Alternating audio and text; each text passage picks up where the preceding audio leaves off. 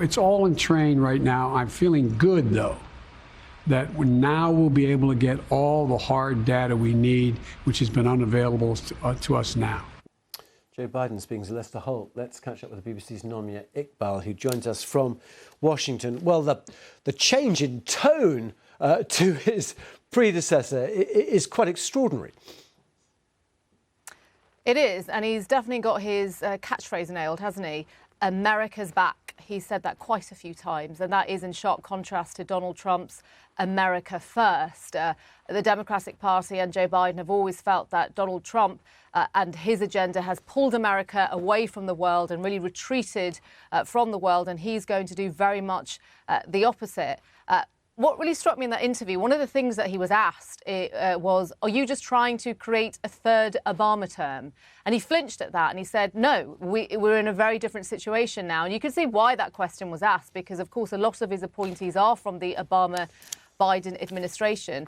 There are challenges that Joe Biden faces. He, as we heard there in those clips, he's got to tackle COVID-19, the pandemic, and he did say that he still hasn't seen the COVID vaccination distribution plans by the Trump administration. The transition has been delayed. Of course, now it's been signed off, but it's still slow starting.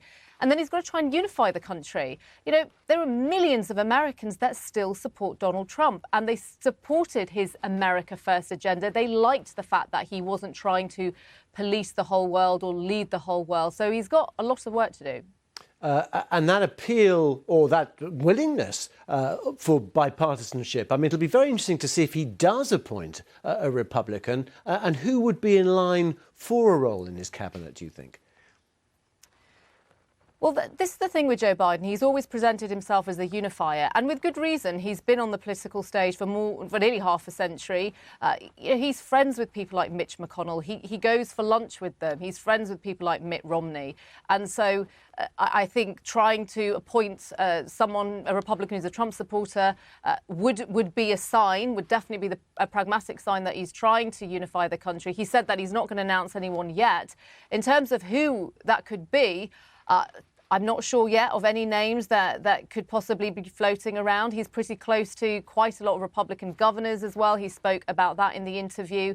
But I think we've got to see how, you know, if that happens. Yeah. And of course, I think the main Republican that he wants to be seen with is Donald Trump. And he was asked in an interview earlier today just by a reporter as he was in Delaware, would you meet with Trump if he invited you? And he said, of course I would. But he also said in the interview that Donald Trump hasn't reached out to him yet. We did hear, though, from Donald Trump. Well, we saw him earlier on with the turkey, the sparing of the turkey, obviously, ahead of Thanksgiving. And then that remarkable appearance in the White House for, 59 seconds, 60 seconds, just talking about the stock market and then off. Yeah, it's been very strange appearances by Donald Trump, more than 2 weeks on since he lost the election. And he doesn't really talk about the election itself in any of those briefings. That briefing that you mentioned, there was literally 1 minute in which he praised himself with the stock markets and then left without taking any questions.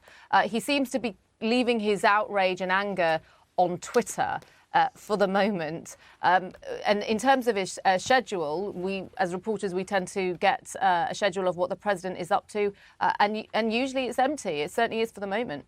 OK, Nomia, with the latest, thank you very much indeed, Nomia Iqbal.